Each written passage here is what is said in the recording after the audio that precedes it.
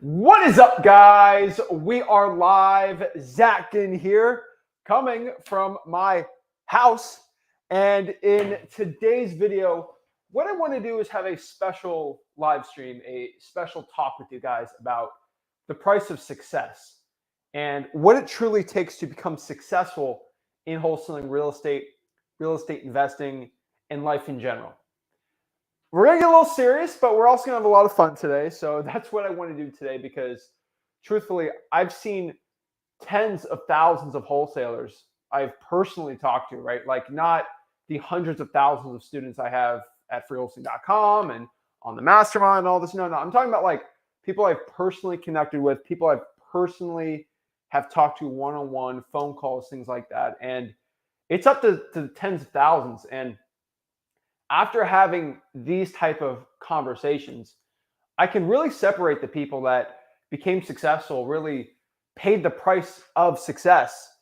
And I have the people that did not do it. They did not want to go through the pain and suffering it takes to become successful. And it ended up, it was not good for them, right?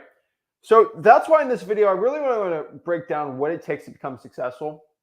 Not really a video on the fundamentals. Like, hey, you're supposed to do this, and this. Like, we will get into that a little bit today, but like, it's really about the mindset and what it takes to become successful in this business. So what I want to do is talk about it, right? And by the end of this video, you should become a better wholesaler. You should have a better breakdown of who you are, what you want, and truly what you deserve for you, your life, and your business. So that's exciting to me. You know, I don't think of that as serious, right? Like I don't think of that as like a serious, like it's serious, but remember guys, we all have a certain time we're all on earth here and we're all trying to have fun. And if we can take care of our families and live the life of our dreams, that's pretty cool, right? So that's what I want to do today, guys. That's what I want to break down. That's really what I want to share to you. So if you get any value from this, do me a big favor. Let's go grab this. So I'm at my house right now. So I'm on my gaming PC. So what I'm going to do here is we're going to get everything here. So y'all know I usually do these on Sundays on my personal channel, but never on the Flip with Rick. So we got to get this all situated. All right. Let's walk some World Cup. So, all right. So what we're going to do here, just make sure you guys hit that like button. Subscribe if you haven't, guys. Remember, we're going live when the gurus don't go live because I do not have a media team that has to come to my office or house or studio to click a live stream button for me because I just don't know how to do those things. I'm pretty young, so I know how to do these things, right? Like I'm not no stinking older guru. So all I literally have to do, and Rick can just go live whenever he wants because he knows how to do these things too because we did not have these crazy, stupid little guru sales teams that does media and that there's not 50 people behind me on like, it's just, this is me at my house. So I can go live whenever I want and just talk about wholesaling, right? And frankly, I'm kind of hungry right now. So I got to keep my mind off of wanting to eat things. So, and there's no football on. So, I mean, a little later, you know, maybe after the stream, but like, what am I going to do? Right. So this is the best thing to do for me. And, if I can help some people out, you know, there's a lot of people just chilling out, you know, waiting to eat and they're all hungry. So why don't you become hungry for knowledge and get some money, right? So couple of your questions, love to help you guys out. And because this is Thursday, get out of bed. Let's go. Woo!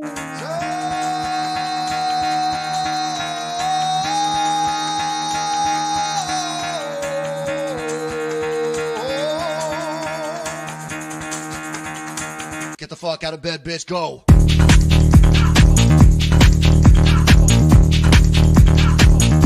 Get up, and the guy go up.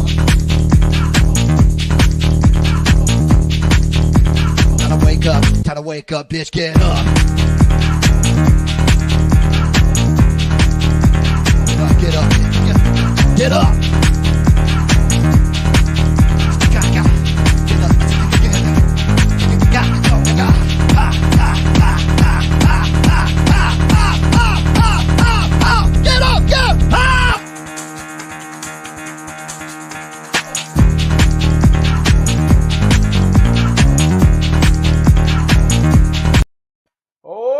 Oh, snap. Guys, it always pumps me up. It always gets me super excited for the day, super excited for wholesaling real estate, and most importantly, super excited to help you guys become the best wholesaler possible. So let's talk about this, right? What I want to do today is really talk about the price of success and if you're willing to pay it or if you're willing not to pay it, right?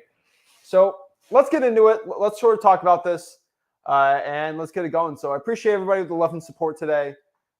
No days off on helping the people out because I do it for the people. I don't do it so I can sell courses off of you, right? I mean, I ain't no stinking broke guru. So let's have some conversations. Let's really, I want to talk about some things that's going to be comfortable or uncomfortable for a lot of people.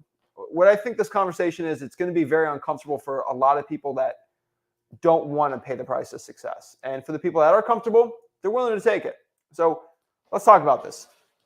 The first thing you need to understand here is nobody remembers a loser. And I'm not saying that as a mean thing. I'm not saying that as something that's offensive or anything like, but like, I'm saying this, it's a double-edged sword. Yes, it seems bad, but it's actually very good. And what I mean by nobody remembers a loser, and what I mean by nobody remembers a loser is I'm not calling anybody a loser. Like if you haven't got your first deal, you're not a loser, right? But think about this. Nobody will remember if you lose. And this is one thing I want everyone to understand. If you get into wholesaling and you don't do well, or you fail after a year or two, nobody's honestly after a year or two like going to remember it. And this is sort of like, I think everyone can kind of relate to this in like high school or middle school, or heck, even elementary school, when you did something really embarrassing. Like, so everybody watching this, if you grew up in the United States, for elementary, middle, or high school, you did something embarrassing, right? Like you tripped during PE and everybody saw, or like something very embarrassing that you thought the world was ending when you were like 10 or 11 years old, right? The whole school knew about it. Oh my gosh, it's the most embarrassing thing ever, right? The thing is, honestly, most people don't remember it. And if you really lose in wholesaling, no one's really going to remember it. And like, it's not that bad. Like nobody really cares. And that's a more of a fundamental lesson in life that honestly at your funeral, which for everyone watching is going to be very far in the future, but at your funeral, honestly, when it's over, a month or two later, your family members and your loved ones are going to remember you forever. But like everybody outside of that's not really, like they'll remember you, but they're not going to be thinking of you all the time, and you're going to get forgotten pretty quick.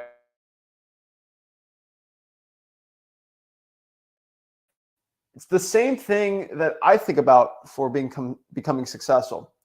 Truly outside of my family and loved ones, whenever I pass away, no one's really going to remember me too much. Like let's say we think about 5,000 years from now, okay? The richest trade merchants, the richest Venetians, I can't even name one of them, all right? Like I can't even name one of them, all right? Let's think of the most powerful men and women 5,000-10,000 years ago.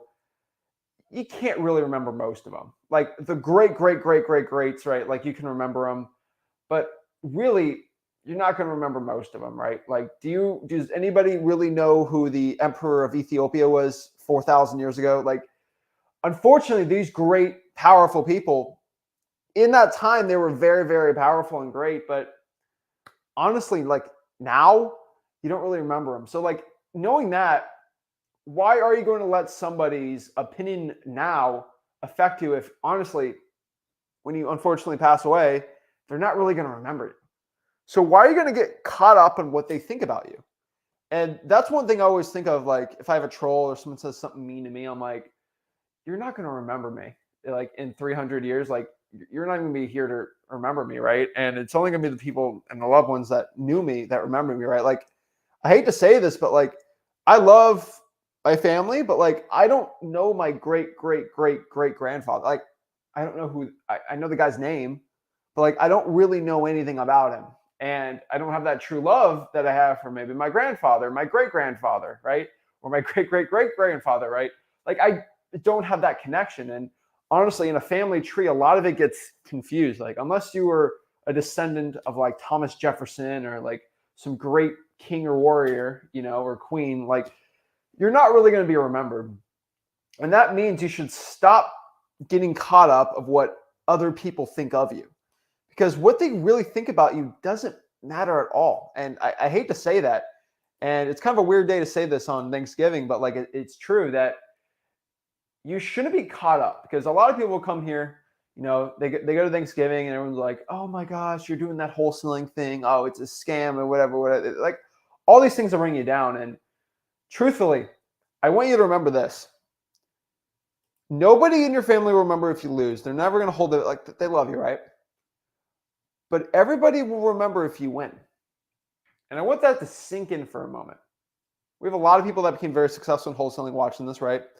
But if you don't become successful, your family's not even going to remember that in like 5 years from now. Oh, we did that wholesaling thing and it didn't work. Like it's not a shame on the family. Like it's not a big shameful thing, right? Like you can't knock somebody for trying something and not becoming successful at it. Like you can't.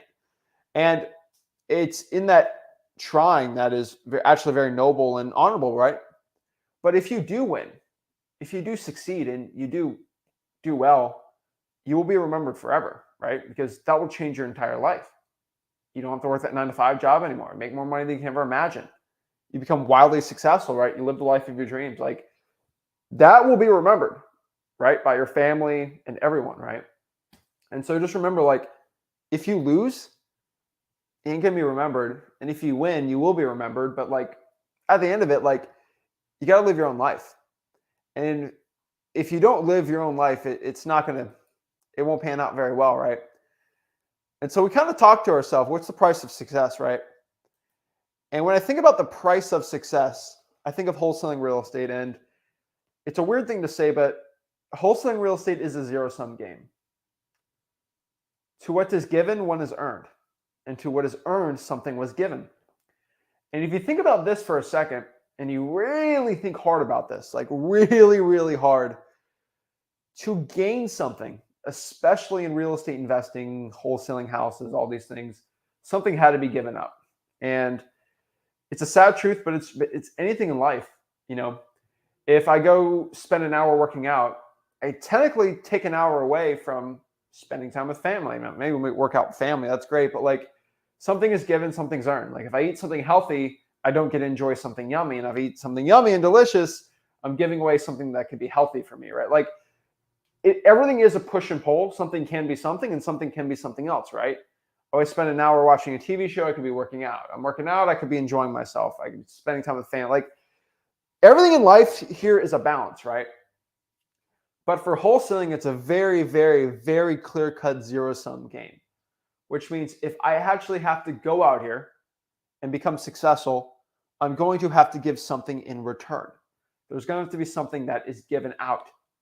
And this isn't going to be the end of the world. This is not going to be the worst thing in the world. But like you think of any noble pursuit in life, becoming very successful, changing the world, giving back to the community, all this stuff, something is given to do that, right? And in everything that is actually worth it, it's all going to take a lot of stress, a lot of agony, everything, right? So I got some comic books right here, right? Like I got a bunch of comic books here too. And like you look at these, right? So you look at we got Punisher, Ghost Rider, Wolverine's here. I got some old Spider-Mans, right? You think of like every superhero story, right?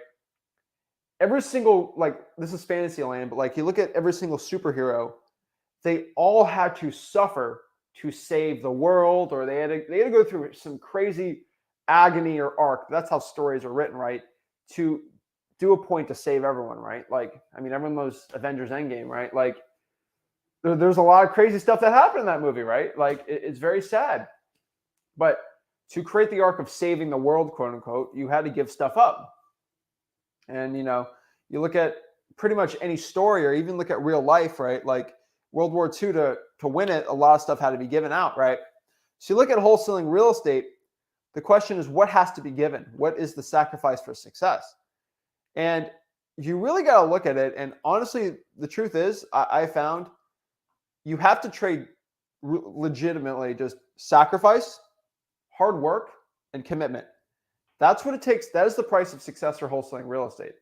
And it might not seem like much what I'm saying here, but the price of hard work just It's hard work. It's pretty simple, right? Like you have to work hard. And a lot of people, they work in jobs, but it's not hard work. It's maybe very manual. Maybe it's the same monotonous thing every day. It's not considered hard. Some work is very hard, right? Like I know a lot of construction guys, linemen, it's hard work. But there's other things that like aren't hard, and it's going to take a lot of hard work, right? You have to trade what we call sacrifice. And sacrifice is a lot of definitions, but the best definition of sacrifice is giving something up for something, right? And like I've said before, to give up something delicious for something healthy or vice versa and everything around that, right? And what I mean by sacrifice is you're going to have to sacrifice most likely time to get into wholesaling when you work a full-time job. And I definitely gave the sacrifice, right? So my first basically 2.5, 3 years of wholesaling, I was working 12, 13, 14-hour days. And I sacrificed a lot of free time. A lot of time I could spend with friends and family and enjoying myself and, my youth as a kid. But I gave that sacrifice for 3 years. So for the next 80, 70, 60 years, I can do those things. I spent 3 years so I could spend the next 60 years of my life living the life that I wanted, right? And that was a trade-off. That was a trade that I thought was a pretty good trade. And that trade worked out very, very well for me, right? Like it gave me years of extra time. Like probably if I add on years I could spend with family because I'm not working a 9-to-5 job, probably extra 10, 15 years. So I spent 3 years to get 15, 20 back. That's good ROI, right? And, the mental stress of money, right? Like that was a sacrifice I was willing to take. Most people aren't willing to take that sacrifice, and that's okay. But for the crazy few that do, it works out. You look at the top entrepreneurs of all time, they all had to put that sacrifice in. And I'm not telling you to go abandon your kids or something to go work, but it's going to take some sacrifice. And anything that is great, anything that is earned, you have to give for it. And I think we all know that. But I just want people to understand that. That's what's going to take a lot of success for you, right? So the next question here, the next thing is, to get results that others don't, you have to do what others won't. So you have to do what others won't so you can get results that others won't. Which basically means from there, so I'm butchering that Inky Johnson, Jerry Rice quote, but if you want to do what other people can't do, you have to do what they won't do. Which basically means if everyone in my family has never made over 100K in a year, and they work a regular 9-to-5 job or they work a regular job, and I'm going to have to most likely do something that they were not willing to do to get the results that they never even could, which might be starting that wholesaling business, trying for dollars, cold calling probates, texting some pre-foreclosures.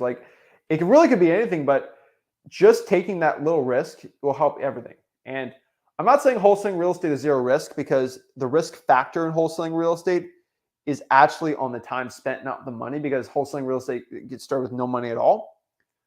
So therefore, what you're spending, so you look at all these businesses, this is kind of funny because all the Amazon FBA, Shopify, Forex, gurus have all kind of left, right, with the economy. And it's kind of funny. And what's left is a lot of these legitimate businesses, right? And the funny thing about all those crazy little side hustle type businesses is you have to pour 3, 4, 5 grand in Facebook ads and automation and all this crazy stuff to actually get going on that side hustle, right? And that's really the payment, right? You have to pay money. That's the big sacrifice there. The big sacrifice in wholesaling is not that. The biggest sacrifice is the time and the hard work, because wholesaling is a lot harder work than those things. But the peak is way better in wholesaling because you create a consistent business where you don't have to work in it anymore, and you don't have to pour a bunch of money into it. And you can really go from 0 to 1,000, 1,000 to 10, 10 to 100, 100 to 1,000,000, right? That's the point of this business. So when I talk about sacrifice, you're not sacrificing money. Now, you can spend some money, right? That's always a thing you can do. But really what you're truly sacrificing in this business is your time. And there's a lot of mental anguish and stress that comes with this business. But if you can know how to harness it and actually do it and really have fun while you're wholesaling, you will become successful. And that is truly the price of success. And the price to get what others won't, you have to do what others don't. That is the point. And one thing I can tell you guys is I know we live in a grind mindset, but like, just understand this. You don't need to work 14 hours a day to become successful. Like, you don't have to do what I do is crazy. But remember me, I had no kid. I had no kids, right? I'm not married. Like, I don't have these crazy commitments. You know, I was like 17 years old. Okay. Like, oh no, my boss might be mad that I'm 5 minutes late to my bag boy job, right? So you got to understand that, like, you don't have to work 14 hours like I was, okay? I mean, honestly, if you can really commit, and this is what I'm not saying this to hype someone up or give you any false pretexts as to what wholesaling real estate's about, but truthfully, like 100%, I can tell you this. If you can commit to, I'm butchering this here, but like 10 to 15 hours a week, like that's really what I'm asking. If you have no money at all, 10 to 15 hours a week, going through freewholesaling.com and really committing to it, I can tell most people watching this right now, that's all you really need to do. Like that's truthfully, like that's all you really got to do to get your head start in this business, and then maybe get some money, get some paid lists, getting a little more up on there. But really, that's what it's going to take, right? And I truly believe so many wholesalers watching this video truly believe that like they have to go grind forever and do, like, it's not about that, right? And the one thing I could tell you is it's consistent action that helps you out, right? And so what I can tell you, the secret formula to becoming successful here is just having a disciplined schedule of income producing activities. And this is for life in general as an entrepreneur. Like, this isn't even about wholesaling for a second. In any business you run or anything you do, if you can just have a disciplined schedule of income producing activities, that will make you successful. Because you look at most wholesalers in your market, they are not willing to have a disciplined schedule of income producing activities. And if you are willing to have a consistent schedule of income producing activities, marketing, talking to sellers, making offers, if you just have a disciplined schedule of this, when I say 10, 15 hours a week, 3 hours a day, 2 hours a day, right? Like, if you can discipline it every single day, you do well. So I'm hungry. So what I'll tell you is I will give you a breakdown of what I mean. What I mean by this is like wholesaling, okay? Is it better to eat 14,000 calories in one day and not eat for 6 days the rest of the week? Or is it better to eat 2,000 calories every single day? I will tell you, you will be a lot more enjoyable if you eat 2,000 calories every single day for 7 days than eating 14,000 calories once a day and then you don't eat for six days straight. It is terrible. It's like drinking 5 gallons of water a day and not drinking water for 5 days. Like, it's like, it's a minute point, right? It's like it's literally out here like working out 10 hours in one day and not working out for 2 weeks. Like, it makes, like, that is not how you actually make gains when you're working out, right? That's not actually how you go out here and you actually start eating right? Like, you can't eat all your healthy food at once and then think you're going to become successful. That's not a thing, all right? You have to consistently do it every single day. And then, like, you can't keep that habit up of like doing 14,000 calories, right? Like, that's not how it works. But if you do want to become successful, you're going to have to actually go out here and do it every single day and really do the thing you have to do every single day, right? Like, doing it all at once, that's not how you actually get real good work in. Like, the best work I found in wholesaling is done blocks. And these are blocks of 2 or 3 hours, quick little break, doing something else, and then back to 3 hours, like 3 or 4 of those. That's really where I found the best success in my work. Biggest block I ever did was 5 hours when I was cold calling, but that's pretty much it. Like, there's really not that much to it except taking consistent action and consistent schedule. But I feel like I really needed to really share a lot of people this information.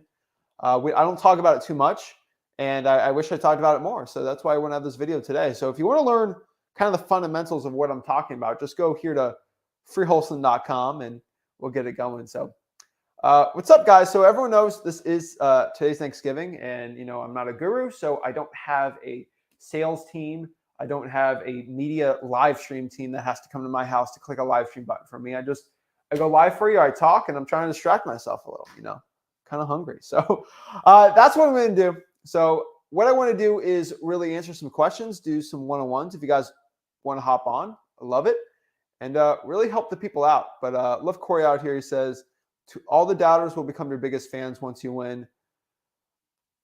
Well, my biggest doubters were gurus, and they still don't believe in me. But I know what you're talking about. Yeah, I truly believe.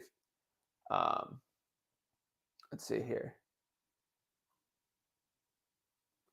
Pro Paint Drywall says, I don't believe in sacrifice. I believe if you truly enjoy what you do, it's pretty obvious like Zach does enjoy wholesaling. Yeah, I enjoy the YouTube videos, and that's why I do it. I want people to understand this. You don't need to have this passion for wholesaling to make a ton of money in it.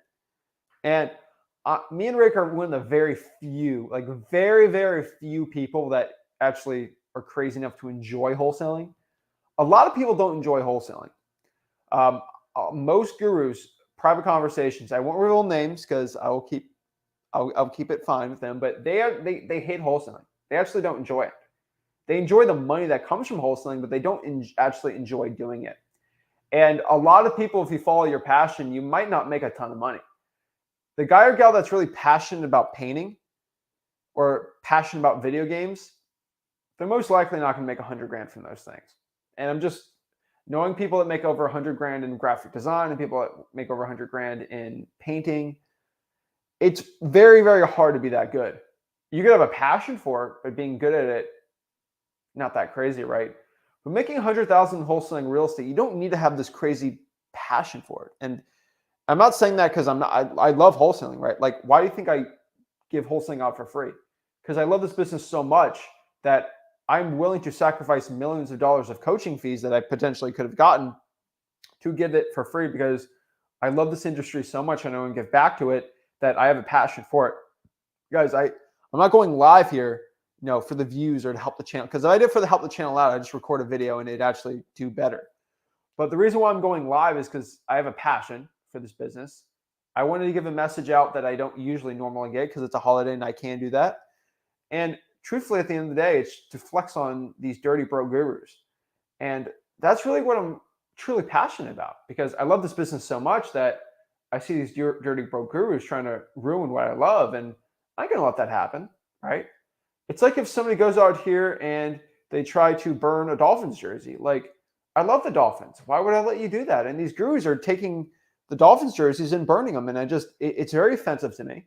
And I'm just trying to whoop their butts, That's one thing, right? Like, it's passion. You have a love for what you do, and that's why you do it, right? We have an American flag behind us. Why do you think men and women sign up to join the military and protect this country? Do they do it because they have a passion for the military? Do they have a passion for weapons? They don't. They have a passion for protecting this country, and they have a passion for the United States of America, and that's why they do it. And veterans can back me up on this. Y'all don't do it for the money. Y'all don't get paid enough for what y'all do. Why do teachers go out here and teach? Do they do it for the moolah? Do they do it for the cash? Not really. They do it because they love it, right? And they know they can make a lot more money doing those things, but they do it because they truly love what they do. And why do you think I do what I do? I love wholesaling real estate so much that I do this. I do live streams, things like that. But honestly, I make more money just wholesaling in general. So I actually make more money if I spent my time wholesaling than I do doing the guru thing. And yeah, I could probably do a little $1,000 course and sell hundreds and hundreds of it every single month, right? But like, what's the point? I don't think that's truly what the industry needs. And I'm willing to give up a bunch of money just to change lives for free because there's so many single moms and single dads out here and people that are broke and people throughout the entire world that need wholesaling real estate. And it literally took me and Rick to rise up above the guru-ness and give everything for free. Most people aren't willing to do that. Most people at the sign of making $1 million from coaching, that's what they want to do. And that's what and for most people, the greed of that and the sniff of money, it corrupts them. And it corrupts a lot of people to not give the best wholesaling information out because they want to hold it out for their course. And this is where every single guru, and this is why I have my beef with the gurus, they took the $1 million and now they can't speak about the truth of this business. It's very sad, but it's true. Like, you see people out here, they get paid $1 million to shut up and don't say the truth about things. And, you know, I could have done it, but I said no.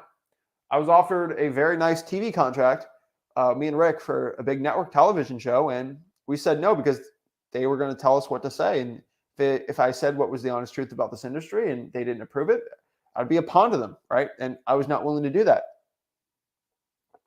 So I give this message out to tell you the truth about this business. And unfortunately, me and Rick are the only people that can tell you what this business is truthfully like and what it actually takes to become successful, because we are not a pawn. We did not take the guru money. You know, we are uncorrupted here because I know what it takes to become successful. And I want to make my money in wholesaling, not being a broke guru. And yeah, these gurus want to stop me. They ain't going to stop me, all right? Like, they can't. What are you going to do? Stop my coaching revenue? Like, I got no coaching revenue, all right? Like, it's so funny, but it's the truth. So thanks for listening to my little rant here. What I want to do is answer some questions y'all got. It is Thanksgiving, and I do want to give my thanks to the community, and thanks for everybody supporting of my crazy ambition of changing the wholesaling real estate game by giving everything out for free. This has literally never been done in the history of real estate investing, especially for wholesaling. Nobody has ever stood up and said, I'm giving everything for free. No like, there's courses, but they're free courses, right? Like, no paid anything. Everything's for free. The best knowledge, $10,000 of information, gives it out to the people. It's like when Harvard released their courses and they gave out Harvard level courses on the internet for free. Information you have to pay 50, 60, 80 grand every single semester for. They actually gave it on the internet for free. So kids throughout the entire world can learn how to code and learn languages and things like this. And truthfully, when I saw that about the internet, I'm like, how can I make the internet of wholesaling where everything's out free information, right? And I truly believe information is power, knowledge is power. And if you get the knowledge of wholesaling real estate in the right business, truthfully, you can go out here and financially change your life. And I've seen it before. I've seen people work regular, conveyor belt jobs, $15 an hour to doing hundreds of thousands a year. And people working jobs where they couldn't see their family, where they're now able to spend time with their family, right? And truthfully, it changes my life to see your life changed. And that's what I want to do, and that's what I want to help, right? So I give thanks to you guys of supporting my crazy journey, my crazy ambition of changing the game in wholesaling. And I'm not done yet, right? Like, I ain't even close to being finished to what I want to do. And I got some crazy goals for wholesaling and helping the people out. And what I've always found, and this is one thing I can tell you about Thanksgiving and giving thanks, is every single time I give more than I've received, every single time I've given, I've received everything back tenfold. And I don't do it maliciously, right?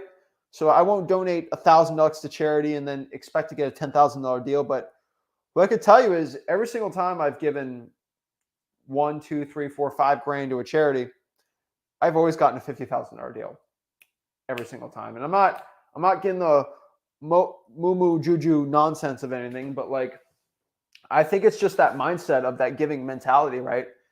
Every single time I donate to charity and do things like that, I always give something back. And it's always weird. It's kind of like an ROI, but like, I don't look at it like that, but it is true. Every single time I've given, it's been received. And that's just financial stuff with charities, right? Rick can back me up on this too. But one thing I can tell you is, especially in giving information out for free, every single time I've given great content out, great free information, I've gotten so much back. People have sent me deals. I made a ton of money with people, and it's just coming back to me tenfold. So it's kind of weird, but like, when I give free wholesaling stuff out, I get stuff back. And this comes back to your life. It's like, you don't have to give financially or just help people out. I spent a lot of time in soup kitchens, helping people out and cooking meals and stuff. And every single time I did that, something always good happened to me. And if you can just do good things will happen to you. And it's not even with the whole, we're not getting anything else outside of that, but like, it just changes your mindset. That's one extra thing too. And that gives you in a nicer mindset. And if you're a nicer person, a more giving person, Your motivated sellers will know that. They'll feel it and they'll go with you, right? Every single time I've given something, I've always gotten the biggest deal of my life. And it's always crazy how that works. And once you do that, things change a lot, right? So yeah, I really like it, really appreciate it. And I want to say that just give and never expect anything back, just give. And a lot of people will take your gifts as things and they'll take it and don't care about it, right? I've given a lot to people and they've literally threw it in the trash or just taken, right? A lot of people like taking, never giving. And that's okay. You just don't care. You just got to give to the people. And once you do that, your life will change. So give thanks that you're alive today. Give thanks that your family's here, and give thanks to your health and your family's health, and hopefully for the next year, right? Like that's all we can do, right? All we have is right now. All we have is today. All we have is this moment. And some people today won't have that moment anymore, and some people will. But cherish time with family, cherish time with friends, and remember why we're here. And remember, to live life, you need a purpose. And think of your purpose. A lot of my purpose is taking care of my family. And that pushed me to the brink of my limits as a human being to become successful in wholesaling. And I truly believe that is the one thing that pushes people beyond their limits, is thinking about not themselves, but their family and what their family means to them. And having that meaning of what your family means to you and using that as motivation and fuel to become successful. Once you really look in that mindset of, I'm not doing this for me, I'm doing this for my family, the excuses don't come anymore. It's I must do this. This is a necessity. That's when things start changing your life, and that's when just you become as successful as possible. And guys, I did that, and this is so funny. I did that without like, I had family, but like they were still making money. So like it wasn't even that, but like it was just knowing that I can't. And that was pretty cool, right? I'm telling you, I'd be a different beast. If I had kids, holy moly, that would be, even if I had a dog or something or a cat, that would have pushed me to another limit, right? And just, it's always kind of funny, but that's what I think. So yeah, let's see what questions we got here and how we can help the people out. Remember, if y'all want to talk to me one-on-one, all y'all got to do is go to Wholesaling House for the Facebook group. Let's go here to the Facebook group and let's see what we got. All right. So here we are, Wholesaling Houses for Real. Let's go share my screen really quick. So this here is Wholesaling Houses for Real. This is me going live. Click the shared link right here. Click the join on StreamYard. That's how you hop on and talk to me. Go to Wholesaling Houses for Real. Let me put the link on the YouTube for y'all to join it if y'all want. And we'll get it going. All right. Let's see here. All right. Hello. Hi, Zach. This is Prashant. How are you doing? I'm good. How are you? Great, thanks. First of all, happy Thanksgiving to you and your family as well. Happy Thanksgiving. I have a couple. I have a couple questions. First one is real quick. Second one is little lengthier, but I will make it faster. The first question is, I when I was looking for deals, I came across a realtor who wanted to sign the NDA, that is the non-disclosure agreement. My understanding of NDA is like, if I sign the NDA, then I cannot actually share that information Who's with giving you anyone an else. NDA? Sorry. Who's giving you an NDA? Realtor, like a realtor had the house that needs the rehab, and I think she just came across the training. She just got the license and she's trying to deal with the first deal. That's what I'm assuming by talking to her, etc. She might have in her coaching sessions, she might have learned that, hey, unless you do the NDA, don't move forward and things like that. So Is this an on-market property? it is not on market. She wanted to put in on market. She owner wants to put it on the 1st of Jan. So that's in next year, maybe some taxation. I don't know what's going on over there. But it is off market right now. It may go on market, but without NDA, she don't want to move forward. That requires. What's the NDA for?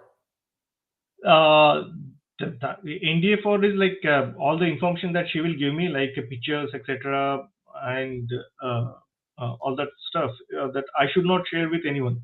If I cannot share with anyone, I cannot even share it with any buyers. So that's a problem for me. So what's your recommendation? This is easy. You got a very desperate realtor, and it stinks. I could smell it from a mile away, right? Here's the thing. You are working with your partner on this. If you're wholesaling it, right? Your cash buyer, your partner, right? Right, right, If you right, sign an NDA, you can't work with them, right? right. That's true. Explain that. Hey, Mr. Realtor, you already know how real estate works. I have Yeah, partners and people with this, and I got to share it with them. If I can't, I'm running a legitimate home buying. If I'm serious about it, I'm going to give it to them. If you're serious about selling, you can give it to me, and I can give a look at. But you already know how real estate works. You don't give information and then make everyone sign an NDA. A lot of the stuff is public information, and if you list it on market, everyone's just going to run through the house, and you're going to have to take pictures of it. So I don't know where you're getting at, Mr. Realtor. I'm going to have to bring this to my partner, and he has to see it, or she has to see it. I can't sign this NDA. I want to buy it, but if you're not serious about selling it, then there's nothing we can do. Call got the it, got bluff. it. Okay, cool. It's like poker. Thank you. We'll do that. And the second question is, I came across one house which is like a 3-bed, 2-bath. I will go through the motivation, condition, price, time frame, so that you will get a understanding of that.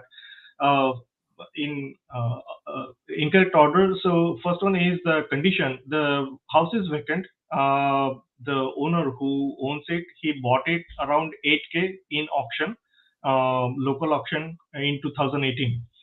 It was a total gut job, but a very good brick house. So the structure is pretty really rock solid, but the internal things are messed up. It's a total gut job.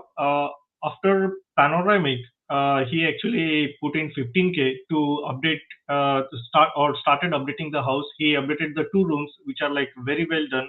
I saw the pictures.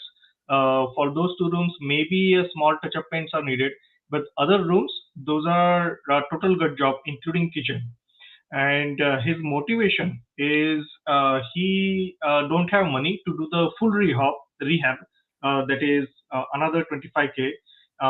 He don't have that money. He has 5 kids, and he wanted to buy a bigger house that is right across the street where he lives in at this moment, which is on market. And I started with 10K. He started with 50K.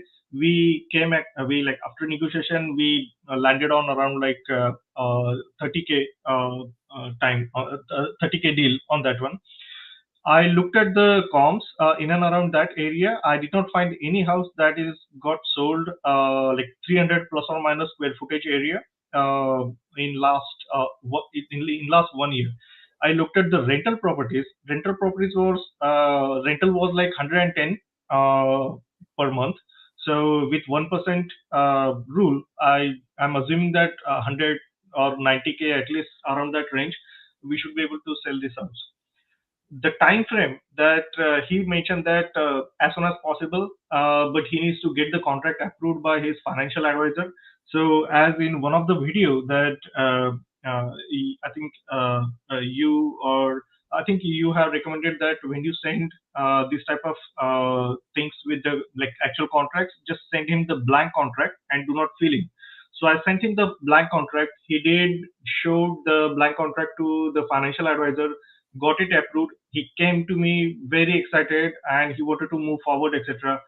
Most of the communication I had with him through the text because he was working long hours and he cannot take the call during that time frame. So I haven't heard from him for 4 or 5 days. After that, I have been following up with him with the texting almost every day. On a fifth day, I sent him the contract with all the details filled in because I felt that we have already agreed on the price, which is 30K. I put in $100 EMD, 30 days inspection, and 45 days closing. That includes the inspection period. And his reply was he don't want to move forward because he don't agree with the terms. So I was a little puzzled because we agreed on the price. Only thing that we did not discuss like EMD and inspection period or the closing date, something like that. But I think for a closing date, he mentioned as soon as possible. So uh, and in one of the videos, you also mentioned that as market is going down, so let's not have like too close closing days, like 10 days or 15 days. So that's why I kept it like 30 days inspection period and 45 days to find the buyer. So I just wanted to ask you, did I do something wrong, or how should I handle these type of situations? What's your favorite sport? Sport? Yeah. You have a favorite sport? Uh, Mine is cricket. It's a Cricket? All right. Yeah. Do you have any favorite like hobbies, video games, anything like that? Oh yeah. Halo. Okay. What is it? Yeah. Halo is a video game on Xbox. Oh, okay. Wait, Halo? Yeah. Halo. Oh, Sorry. I Yes. love Halo. All right. So I like playing Halo, right? I like playing the new Halo, right? And you know, in Halo, you're not going to go like 26 kills and 0 death. Like you're not going to go undefeated, right? Like you're going to get a little defeat in there, right? And if you Right. play Right. multiplayer, Yeah. you're not going to win every single one. Right. And kind of like you look at cricket, like I like watching cricket, but only the big ones, right? And like you don't get every single. I'm not even going to go describe it because I'm terrible at it, but like you don't win every single time. Like Right. I agree. I don't know how you call it at bat or anything like that, but you don't, right? Even Right. the best cricket players of all time, they don't get 100%, right? They don't score every single time, Right. but they could score a lot, right? And it's the same thing with wholesaling. You're not going to score every single time. Like not every single one's going to be a win. And sometimes you got to know when to walk away. So with Right. this specific deal, you said the terms weren't good. He got excited, terms weren't good. Was it specifically the price? A price we already agreed. He did not like. I did ask him, if you said terms are not good, what terms you are not satisfied with, we can change those or discuss with me. I never got any response from him after that. Does he live near you, or are you Oh doing no, this no, virtually? he's in Ohio. I'm in California. Okay. Yeah. Honestly, my best advice for you here is text him, follow up, and then go from there. Yeah, I have kept him in a follow-up Let me give you a campaign. quick. Let me give you a quick example here. What I think I can tell you is try to get a Google Voice and try to call him from a different phone number. You'll be shocked he'll answer. Don't call him today, but call him tomorrow. Got it. I think you'll get an answer from him. He's probably ignoring you on purpose, trying to get a better price. That's what I always find out. Got it. Okay, sounds good. We'll try that. Like you Thank look you. at my stuff, you know what I'm talking about. Once Yes. you give that offer price, you got to give him a sign right there. But because he had to go through the financial advisor, all these hoops, you had to do that. But that puts you at a disadvantage. But you know that. So call him from a different number. Keep following up. I promise you he's not going to get a better price. So just wait him out. Okay, sounds good. We'll do You're doing that. good, though. I really appreciate it. Thank you, Zach. And I really appreciate that you're providing very like a free content for us to get it started in the wholesaling. I Thank you very appreciate much. it, man. I don't talk to you enough. You need to hop on more. Got to help you out. I'm actually a passive person who watches all the videos and do my work behind the scene. I love it. But yeah, thank you. Nice meeting you, man. Keep it up. Same here. Thank you. Boom. I love it. Jose, Hey Zach, do you hear me? loud and clear. What's up? Hey, how are you doing? It's nice. It's really nice talking to you after all these months, seeing you guys on your channel. Let me tell you a little bit about me. I started wholesaling a couple months ago. Well, I started learning about wholesaling, and I've only managed to do on market deals. I've done only two.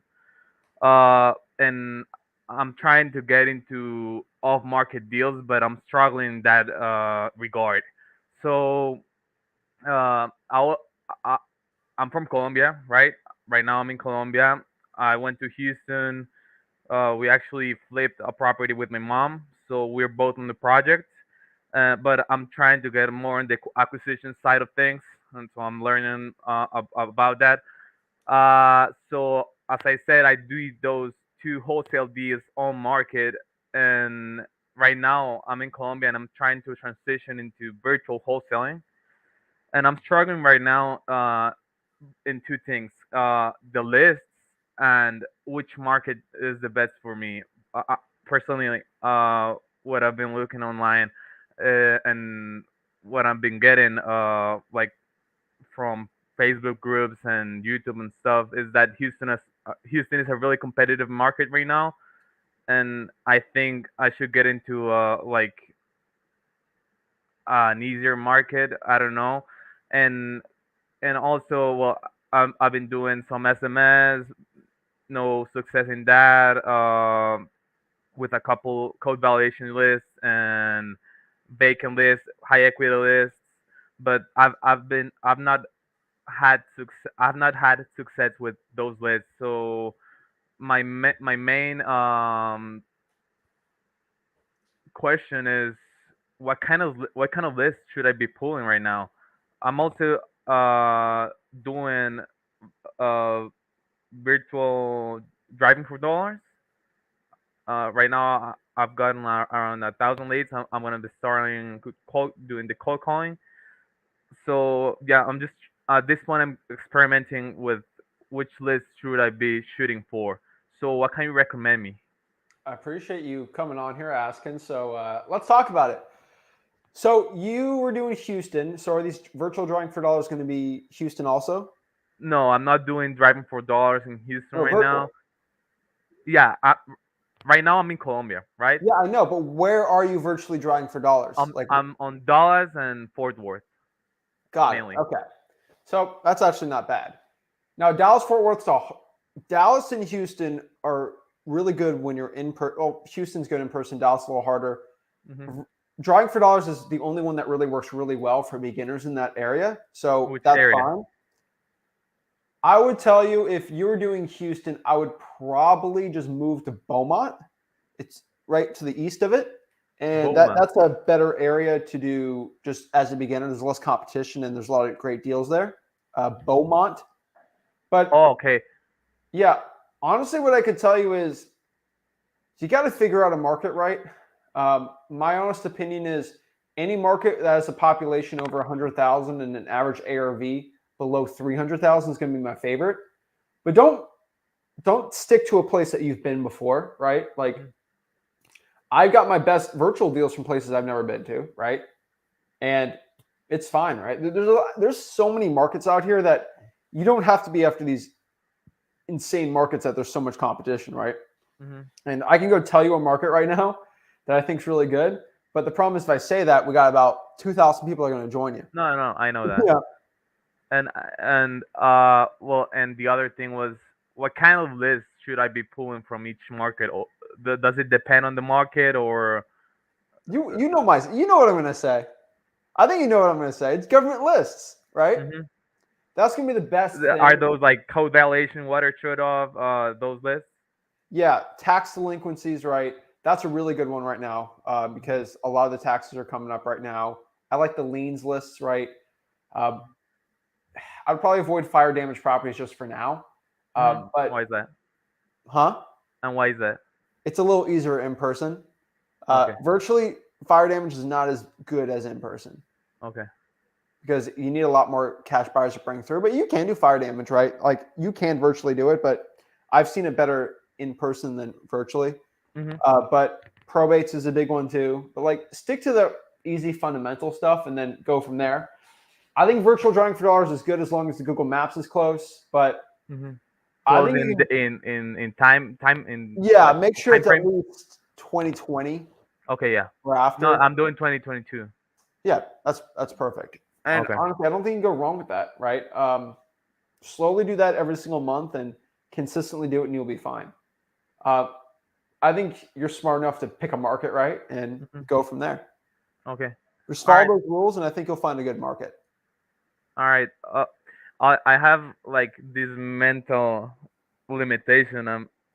Like I'm getting myself into is that whenever I pick a list, it all I think about is there's hundreds of wholesalers that are attacking this list as well. So before even calling, I'm thinking this person has been called 1,000 times before. So I don't know how to actually get over that mental limitation I'm getting myself into, you know. All right, So I'll give you an example, dude. This is a good one. All right, for Colombia, right? mhm. What does every Colombian guy or gal love? What does every Colombian guy call? Maybe I don't know, football. Maybe Football, right? yeah. They love Uh-huh. football. And it's very sad he didn't make the World Cup, but sad, right? Yeah. Do you like football? Yeah, I do. Well, the the only football I watch is the Colombia team. Yeah, right. You love it, right? Uh And you look at their best player, right? James Rodriguez, right? huh. Right now, Luis Diaz is in Liverpool as well. Yeah. So if James is about to take a penalty and he Mhm. wants to make it, right? Mhm. Penalties are pretty easy, right? Like for him. Mhm. If he thinks this guy's going to block it, this guy's got it, I have no shot. Or if he thinks I can do this, which way do you think is going to be better? Well, of course, if he thinks he's gonna make it. The people that get thrown off on penalties, it's more mental than physical. It's always right. The people that always you see people mess up the penalties at the end. Like you look at Italy, England in the Euro. It's all mental, right? And Mhm. so it might be an easy penalty, but like if you think you're not going to do it, you're going to throw yourself off, right? Mhm. And you don't care. Like, do you think Messi or Ronaldo really care about all the other players, like their competition? Like, I'm just rise above it, right? Mhm. That's it, right? And so it's the same thing about wholesaling, right? And you're messing yourself up mentally. There's so many stinking properties in Houston and Dallas that there could be a million wholesalers. You still can find a deal out of there, right? My team has to deal with 5 to 10 wholesalers every single deal I do. What But is why it? do I always Can you win? repeat that? Can you repeat that? My team what? My team locally has to deal with 5 to 10 wholesalers on every single deal. Postcards, they get 4 postcards a week. But why do we win? Number one, because we give offers faster than anybody and we're legitimately serious. Okay. That's it. We give the offers and we're serious. So do you do all? Well, I've been watching a lot, and I do know that you work in Jacksonville a lot in Florida. No, we do Port St. Lucie, Florida, which is north Uh-huh. of Palm Beach. It's a little smaller market, right? Uh-huh. That's just locally where I'm at. I have all You the do Miami. virtual as well? I do all of Florida, but I do all Uh-huh. of the United States, right? So I do a lot of Tennessee. I love Tennessee. I love South Carolina. I love North Carolina. I love Michigan, right? I like those areas. I do a lot of competition, but I could care less about the competition because I just give the offers out and I still get the lowball offer because if I just take enough shots, I'm going to make them. And that's the way I do it. So I think you're mentally getting yourself caught up on it, right? And honestly, don't get tripped up over it. Just do it, right? And you'll find out that if you just keep doing it, if you keep making enough offers, they're going to go in, right? Mm-hmm. That's pretty much it. All right. Thank you so much for the time, bro. It's Appreciate how old are you? I'm 23. You're 23. Okay. It's dude. Like I've been watching your whole like journey on wholesaling. It's inspiring. Dudes like Dude, me were inspired by you. I'm 6 years into wholesaling. Uh huh. Don't sell my first 3 years because I wasn't even on the internet for 3 years. I was literally grinding it out.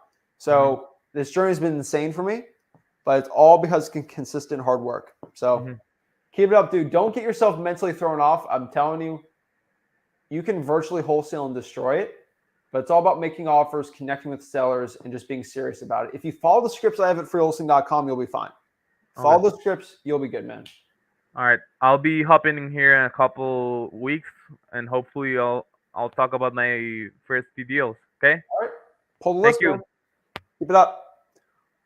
Boom. I love it. Love seeing people from Colombia. That's really cool. I love seeing international folks on here. California is its own country, I think. So we got 2 international people, basically. California people are wild. All right. Let's see here. Who we got next? We got Deb. Hi, how's it going? I'm blessed. How are you? Same here, ready to eat turkey. I'm hungry just like you are. So this is a distraction for me as well. So my question that I have is, do you guys have is SMS good, to contact buyers? That's my first question. So I'll tell you this. Maybe 2 years ago, that was a good thing to do. But as of today, you're going to have to do it in person, right? The reason is because quantity is not as good as quality. And you'll get more quantity with that texting, but you won't get the quality. And a lot of cash buyers won't take it seriously unless you actually call them. And that's honestly what I found, because all that really takes, it's Deb, right? Yes. All it takes, Deb, seriously, is 5 good cash buyers, like 5 really good cash buyers to be fine, right? And so no, I'm thinking about to the homeowners, how they say set up a text SMS campaign for the homeowners. You can do it for homeowners because it's about quantity there. Okay. It's about quality for the cash buyer. Okay. So do you guys have anything in your program, your course about SMS or no? Because I didn't think I saw it. If I overlooked You've been it. to freewholesaling.com? Yes. Did you go to the marketing section where there's an SMS chapter? Okay. I must have overlooked it then. Everything in freewholesaling.com about wholesaling is there. Everything. Okay. So my other question is about, I know you guys speak of burnouts a lot, but how does that process work? Because if a home is burned, I know, to contact the owners, but how does the process work for a burnout? It's pretty simple. So if it depends on what happens, right? So as you know, if a property goes on fire, it can get a little burned, mostly burned, kind of burned. Like there's all these things, like, right? What I could tell you is what mostly happens is the property has insurance and they get a nice insurance check for the repairs, and then that's pretty much it, right? So think about this.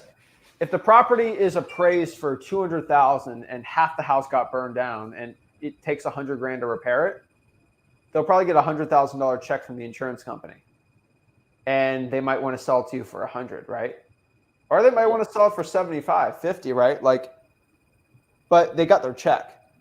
So the key here is making sure the person gets their insurance check, and then you can basically buy the house and wholesale it regular, right? Okay. There's sometimes situations where the entire property just burns to a crisp, and they get a check for $200,000 or something crazy like that, right? And from there, it's a piece of dirt, and what is that dirt worth, right? So like, everyone's so much different, right? With fire damage properties, I'll tell you this, Deb, are you an expert on construction and new construction costs and all these things? No. Me neither. I am not. I'm good on house repairs from flipping, but like to build a house from the ground up when it has maybe you can salvage maybe some of the structure. I'm not, okay? Like you talk about rebar and drywalling. Like I know to drywall a house, but like to put new drywall on and new structures, I'm not really the expert on it because I don't need to be, right? But what I am an expert is on finding people that can, right? Cash buyers. So what I'd like to do is bring a cash buyer with me when I look at a fire damage property, and they can give me a quote like, hey, I can buy this thing probably for $40,000. Okay, let's lock it up for 30, make 10K, right? That's all you really need to do. Like, you really don't have to get complicated. Okay. And I guess that's my other thing with the cash buyer. I was trying to do wholesaling 2 years ago, and I, took the guy to the property. He went behind me and he got the property, and that kind of like put me in a damper. So I have to, be able to vet the buyers, better. That's my only thing is finding, I have to build a trust. It's like now I have that in the mindset. I'm trying to break that mindset of, okay, someone's going to take the deal again, and stuff like that. So I'm trying to work past that. No, don't get worked up over it. This business is simple. If you can simply make offers to motivate sellers and find these cash buyers, you'll do well. Okay, my last question here is the data. I've tried the free for finding the names, finding the names for free, True People Search, and a lot of the numbers aren't good. So which would be the best for me to find the numbers?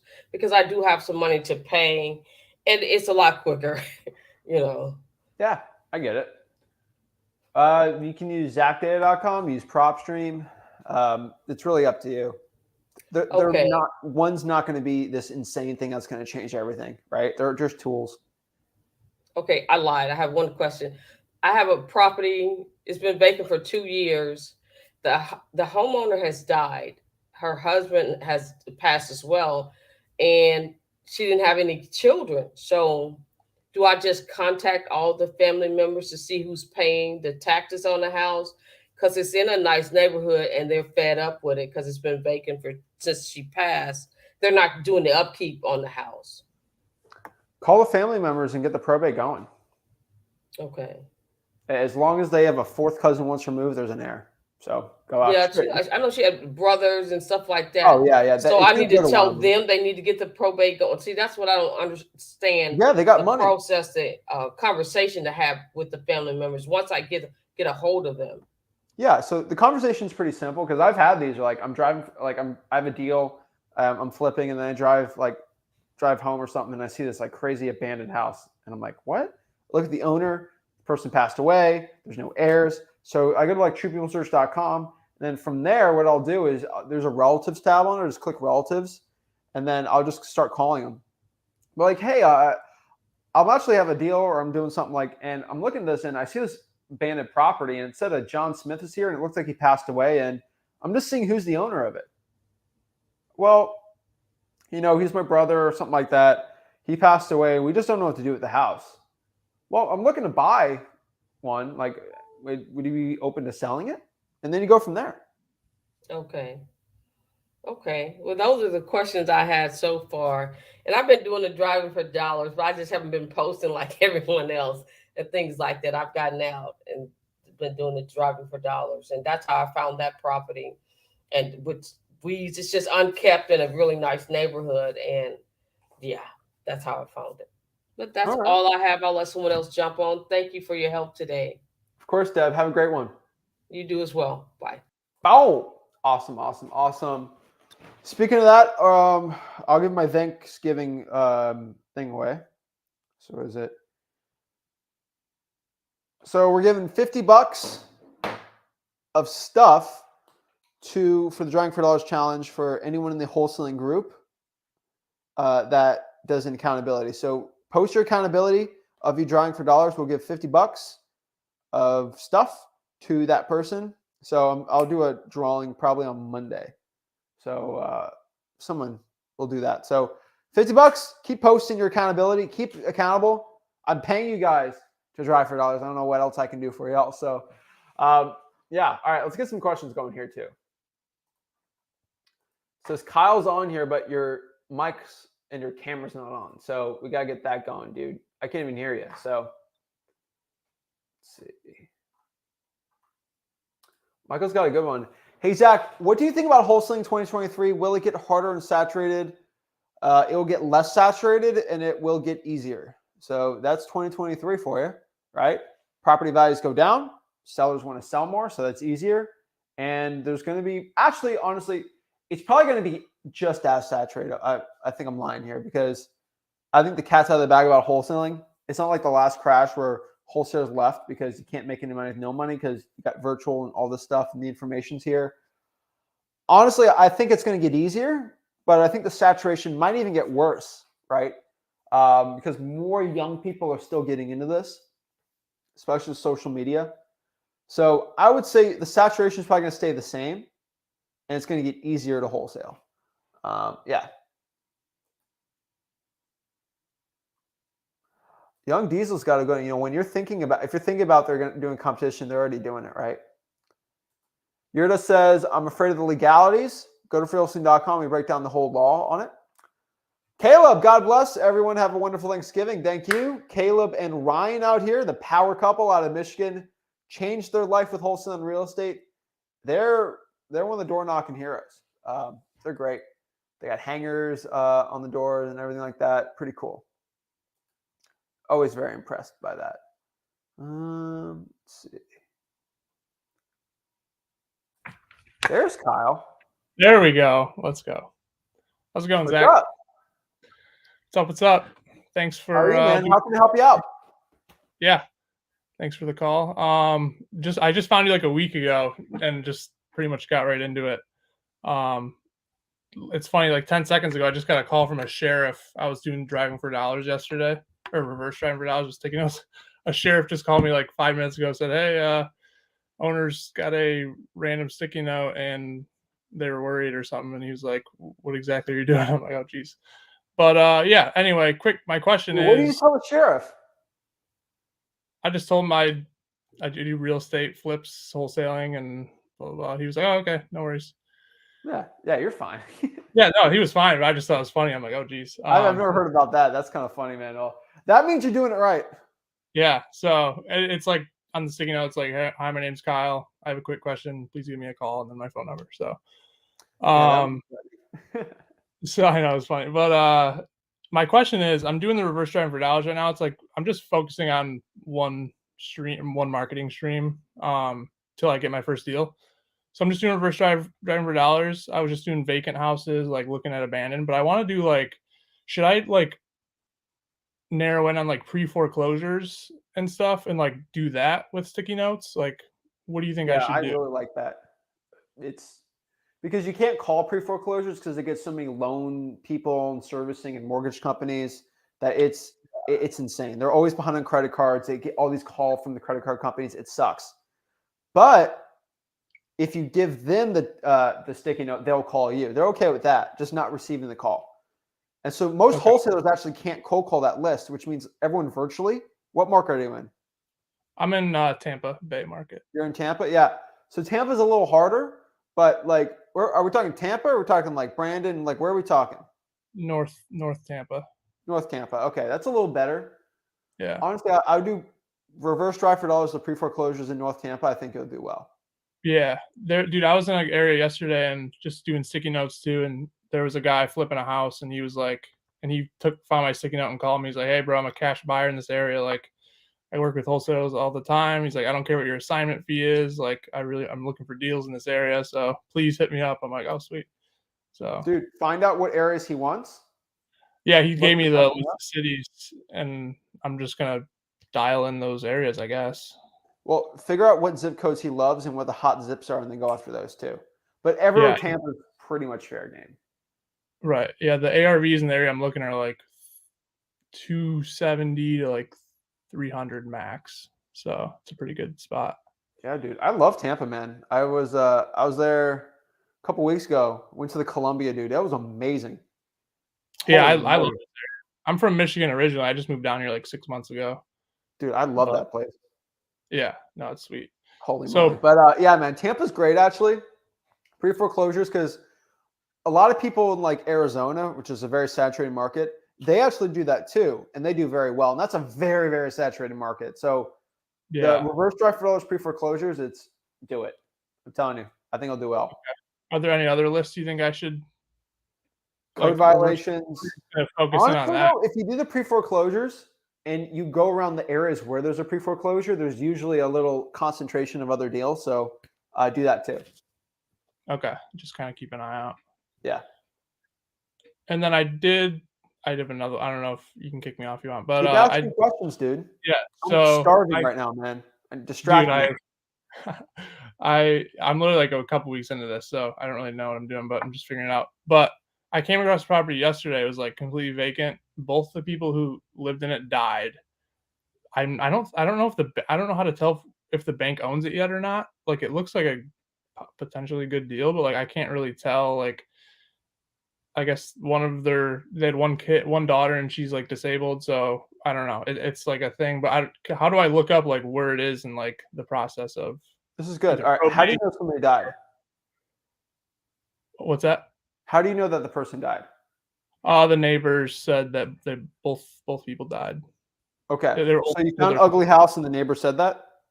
Yeah, I knocked on the neighbor's door and just asked them like if they knew anything about it, and they said it was an older couple and they both died, or something like that. All right, you're smart, man. All right, so here's the number one piece of advice to give you. All right, you get paid in wholesaling in proportion to the problems you solve. Yeah, this seems like a big problem, dude.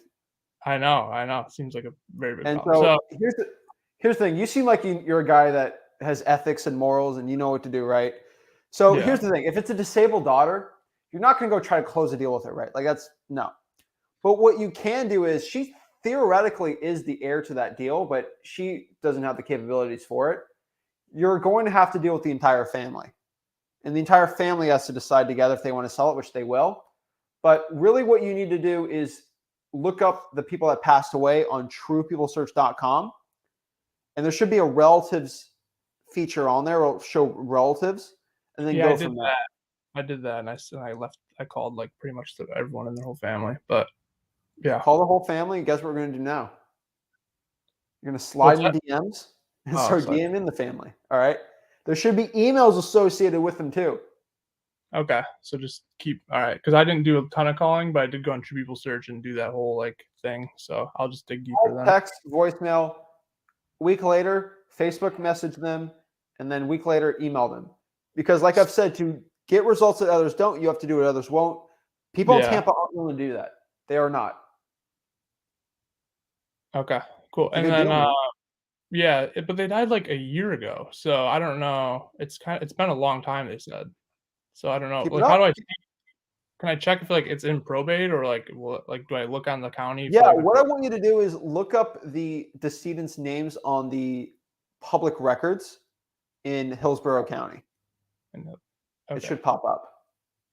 All right. At worst, they'll show a certificate of death, so something will pop up. Okay.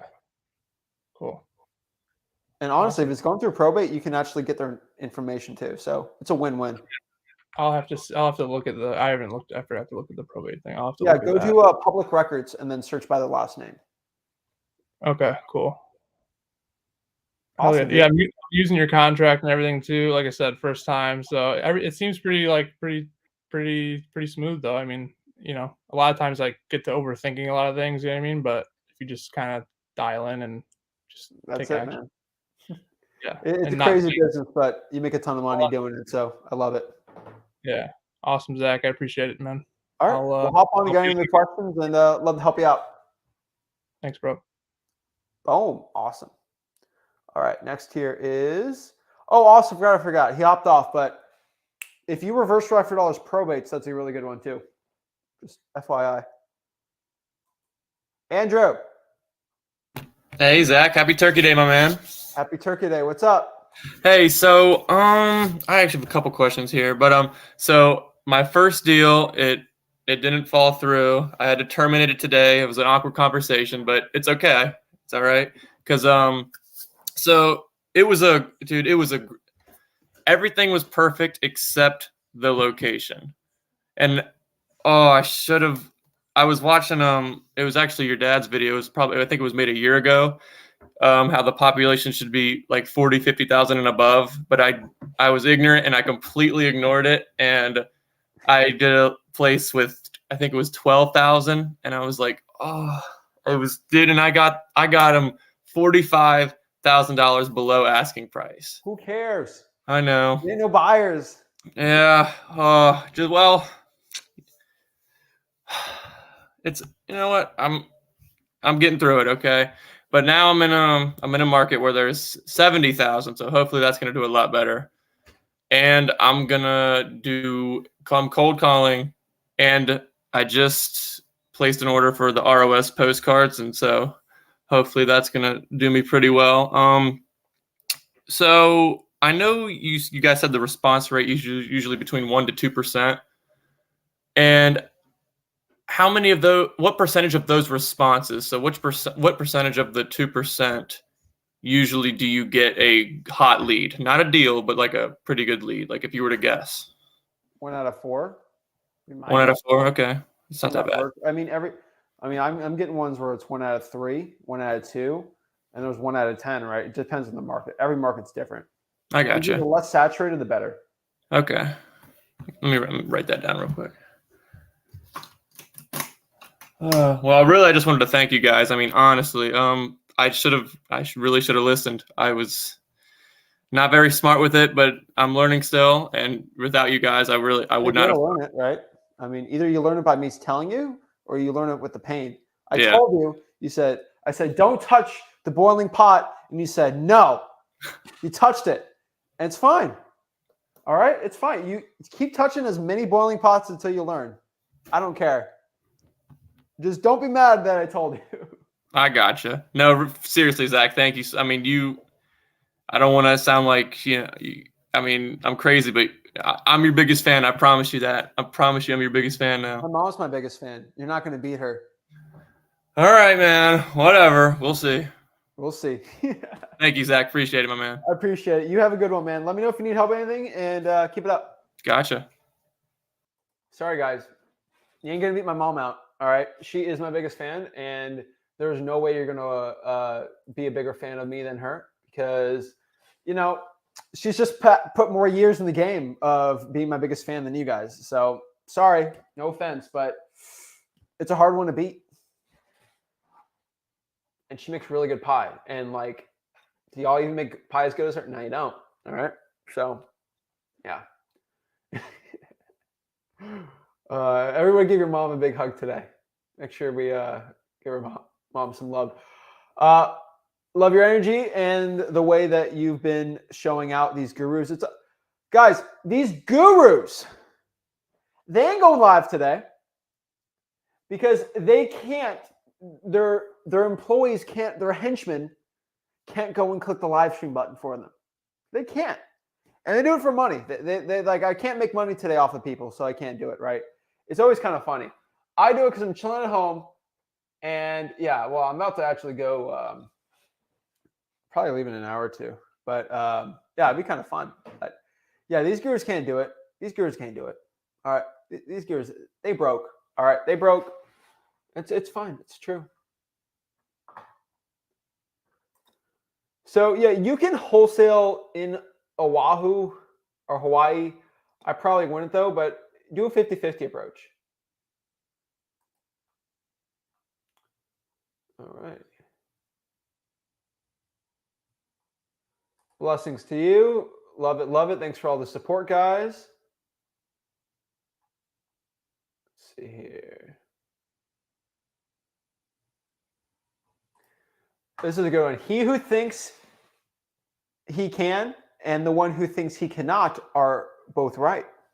And that's a great quote. I should have said that quote. I know that quote, but I didn't say it. That's on me. But Brandon's coming out here like the true King Solomon and giving wisdom. But that's funny. It's true, though. The person that thinks that they can and the person that thinks they cannot are both 100% correct. And the question is, which one are you going to be? And you honestly got to make that decision for yourself, which one you're going to be. Really, like I can't tell you which one to be.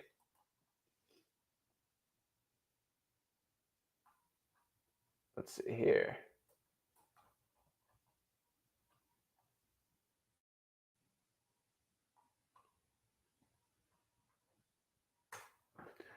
Hey Zach, can cap rate determine ARV? No. Cap rate cannot determine ARV at all. Not even close. All right. Cash flow can, but not cap rate, because cap rate can be different with everyone, right?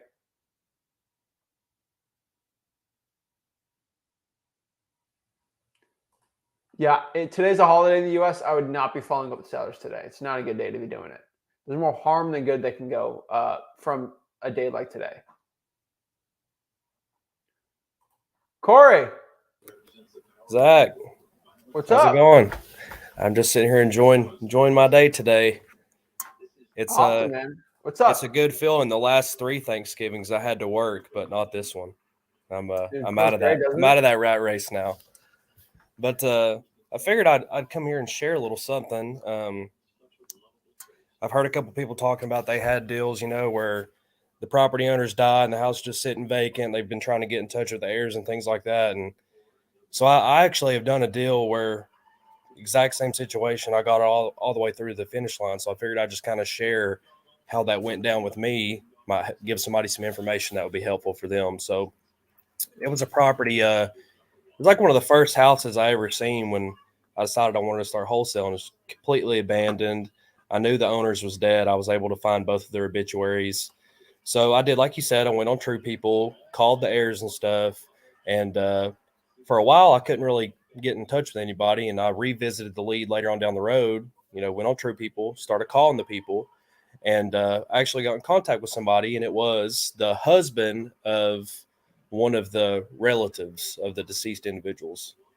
And he gave my number to the person I need to speak with. And the woman called me and she was like, yeah, it was my parents' house. And but the lawyer told me that it has to go through probate, and I really would love to sell it, but I don't have the money to go through probate. So, I just got talking to her, and I asked her if there was a will, if her parents left a will, and she said yes. And, we started talking about the will, and it said plain as day in the will that the house was left to her. And I was like, well, I knew in Tennessee, and, this is kind of different in every state, but in Tennessee, if the house is, if it says plain as day in the will that the house goes to so-and-so, then you can exclude that house from the probate and do an affidavit of heirship or a monument of title. So I drove like about 2 hours to her house, sat down and met with her, and looked at the will, and it was a valid will. The house was supposed to go to her, didn't need to go through probate and everything. So I took that will to an attorney in my town here. He did what was called a monument of title. It was $1,000. I paid that. Took the attorney about 30 days, and we was able to get the deal done. And so she got to sell the house because it was getting ready to go up to the tax sales. It was like 3 years behind on taxes. I had code violations on it. So, she was able to sell the house, and she got paid and everything. And she got to avoid probate, which all along her attorney was telling her like, oh yeah, it has to go through probate. It's going to be about $2,500 to go through probate. So she could have sold this house the whole time, and her attorney was just sitting there, not being truthful with her. It didn't need to go through probate. Money. Yeah, that's what it was. And I told her, I money. said, in all honesty, the attorney's probably just looking to try to, open the probate so he can get paid. But for people who have deals like that, that was the one that I completed from start to finish. It actually will work. If you can get in contact with those people, the heirs, you can kind of wrap everything up and make it work. You just got to get in contact with those people. But the exact way that you're saying, go on True People and call the relatives, that's exactly what I did, and it worked. And I made $20,000 on that deal. That was a $20,000 assignment fee on that one. Cha-ching, but I figured I'd just share that story. It might give some helpful information to somebody. I know there was a couple people talking about that had kind of similar deals. So you just got to get in contact with the family members. Even if it's not the one that you need to speak to, they will know like, oh, well, here, I'll give you so-and-so's number. That was their son or daughter. And that's all you need. You just got to get with whoever's responsible. And it's 100%, man. That's always how it works, right? So like if somebody calls me up looking for my cousin and it's like for a job or something, hey, here's my cousin's phone number. Right? Like it's just, if you think it's going to help the person out in your family, you always want to help your family out, right? So like you're going to give it out, right?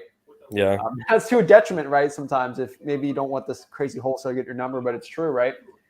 And there's such a powerful thing about talking to, I know not in your situation, but here's the funniest part.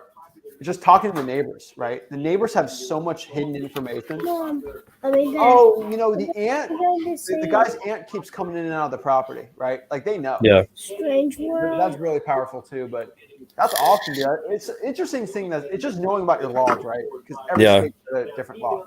Yeah. Well, I mean, because I was able to, if I didn't know what the rules were, what the laws were regarding probate and willing a property to somebody, I would have just been like, well, I guess it does need to go through probate. But I knew as soon as I seen the will that I was like, okay, this attorney's running her for a loop.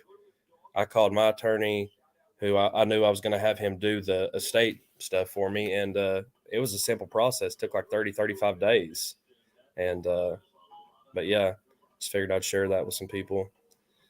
Awesome, man. I appreciate that. I think a lot of people are going to get some good info on that, right? So still talk to title companies, lawyers, so you sort of understand still your process. But there are some situations that you can get around it pretty easy. Yeah, because that was one thing in that deal. The title company I normally used, they wouldn't issue title insurance on that off of just the monument of title, which is monument of title is something kind of specific to Tennessee. Everywhere else, I think they call it an affidavit of heirship, but it's pretty much the same thing. But another title company would. So I just had to call them and say, hey, well, your underwriters issue title insurance on a closing going through this process. And I found one that did, and it was simple. But I figured I'd just share that story. I'm enjoying the freedom today that wholesaling has bought me. Well, go enjoy it, man. Go spend it with your family and have fun, man. All right. You have a good one, Zach. Happy Thanksgiving. Have a good one. Love it. Yeah, that works really well. So Corey's changed his life, and you can change your life, guys. That's the power of wholesaling real estate. That's what I want to give out to you guys, and that is what I want to do. So, guys, If you got any value from this video, do me a big favor. Make sure you smash that like button, subscribe. Go to freewholesaling.com. That's my free real estate wholesaling course. And honestly, be thankful for what you have today. Give your family a hug. Give your friends a hug. Cherish the moment and get back to work tomorrow, right? Like, go change your life today. You know the price of success, and pay it. And the real question is it worth it? It is always worth it. It is always worth it. So guys, really appreciate it. This is Zach Ginn.